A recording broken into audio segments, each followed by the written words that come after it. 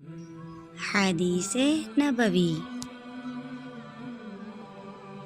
لا تقاطعوا ولا تدابروا ولا تباغضوا ولا تحاسدوا وكونوا عباد اللہ اخوانا۔ بخاری شریف۔ ترجمہ: آپس میں قطع تعلق نہ کرو اور ایک دوسرے کے در پہ نہ ہو، اور آپس میں بغض نہ رکھو اور حسد نہ رکھو، اور اے اللہ کے بندو سب بھائی ہو کر رہو۔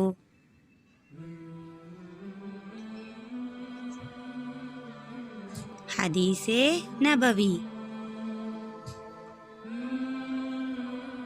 الکبائر الاشراک باللہ وعقوق الوالدین وقتل النفس وشہادۃ الزور۔